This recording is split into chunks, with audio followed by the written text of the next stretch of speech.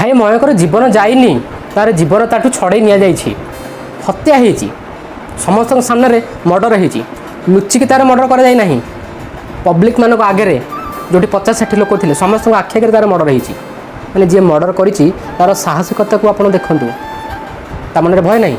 କାହିଁକି? ତା ହାତରେ ଅସ୍ତ୍ର ଅଛି। ଆପଣ ସମସ୍ତଙ୍କୁ ଅନୁରୋଧ, ଗୋଟେ ରିକ୍ୱେଷ୍ଟ କରୁଛି, ସ୍ପେଶିଆଲି ଟିଚର୍ସ ମାନଙ୍କୁ, ସ୍ପେଶିଆଲି ପ୍ୟାରେଣ୍ଟସ୍ ମାନଙ୍କୁ, ପ୍ୟାରେଣ୍ଟସ୍ ହିସାବରେ ପିଲାକୁ ଠିକ୍ ସେ ଲାଳନ ପାଳନ କରନ୍ତୁ, ତାକୁ ଉଚିତ ଶିକ୍ଷା ଦିଅନ୍ତୁ, ପିଲାକୁ ସଂସ୍କାରବାନ ବନାନ୍ତୁ। ଭଲ ମଣିଷ କେମିତି ହେବ, ଭଲ ମଣିଷ ହେବାରେ ନିଜର 100% ଦିଅନ୍ତୁ।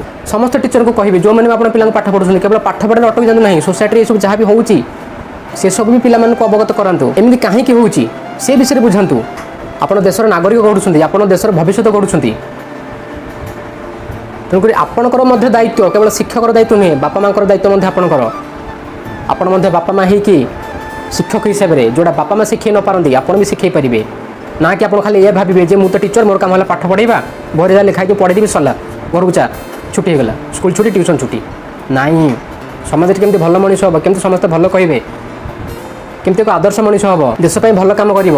ଗୋଟେ ଛାତ୍ରକୁ ଯଦି ଆପଣ ସଠିକ୍ ରାସ୍ତା ଦେଖାଇଦେଲେ, ଆପଣଙ୍କ ପିଲା ବଡ଼ ହୋଇକି ଯଦି ସମାଜର ନାଁ ରଖିଲା, ଦେଶର ନାଁ ରଖିଲା, ରାଜ୍ୟର ନାଁ ରଖିଲା, ତ ଜାଣନ୍ତୁ ଆପଣ ଉଚିତ ବାପା ମା ଏବଂ ଉଚିତ ଶିକ୍ଷା ଦେଇଛନ୍ତି।